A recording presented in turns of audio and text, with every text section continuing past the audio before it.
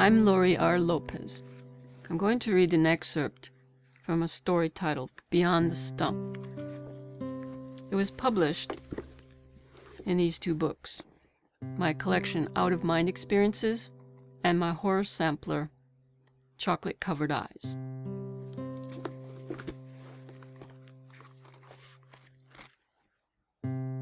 The tree's demise never shook the earth or split the air. Its end would mark a nightmare's dawn, that minute when initial rays of hopeful light appear over the horizon. Yet then was not the singular brush with evil, as this pillar of pine had saved my neck ages prior to a lowly gravestone finish. Like me, it now abides a meager stump, a life disrupted by external forces, greater than the strength within to neither bend nor be reduced in stature. This will, this indomitable trust we shared, could not weather and resist a fateful third encounter, tragically much fiercer than the first. But it is our prefatory clash, the earliest calamity, which I should relate in sequence, if order is indeed a timeline, not a cycle, not a spinning repetition, before the gruesomest events.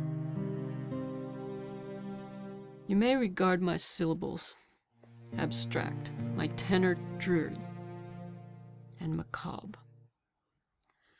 So bequeaths the enigma I embosom, the profound absence of every glimmer, of the slightest twinkle or shine.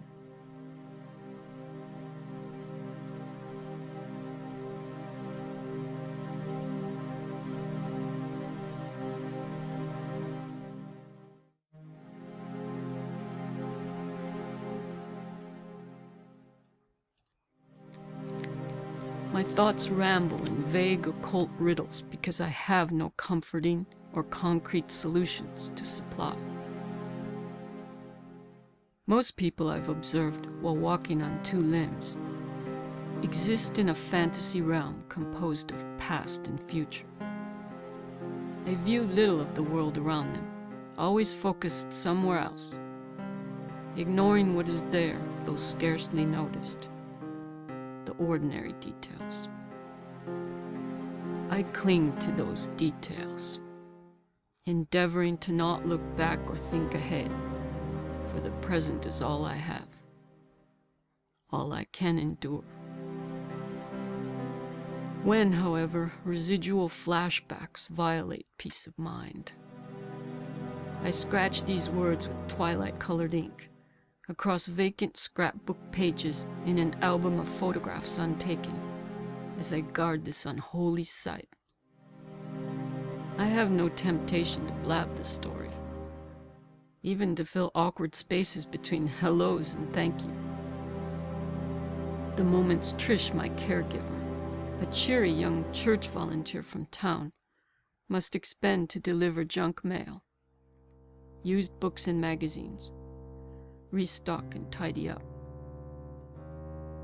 If the facts contradict the official superficial summary, it is not for me to decide which version to perpetuate. I merely strive to record information, should it be necessary in some fastidious clerical file. For a sense of closure, I suppose, maybe as a warning. There are monsters in the universe. One rests entombed beneath my mother's roses. Others lurk amid my buried memories and darkest dreams.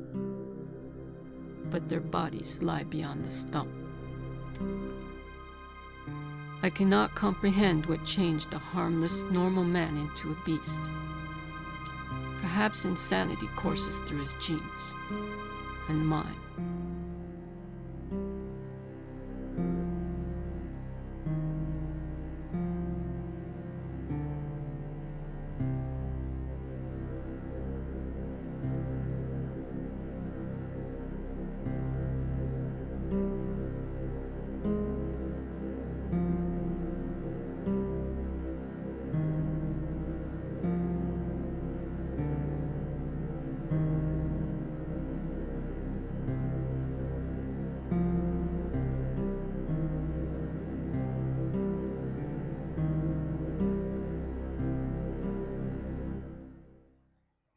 was it too many problems during a broad span of years, adding up until exceeding my father's limit?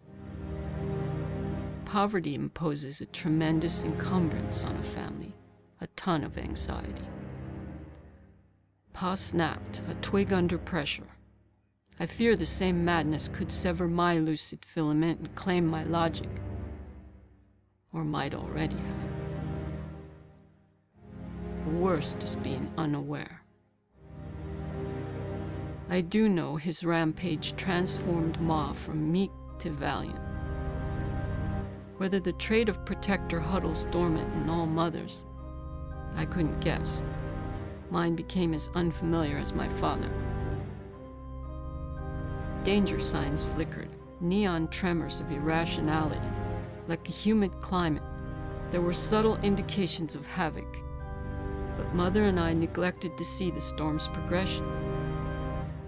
We could not forecast the cumulative upheaval that began before reaching our property.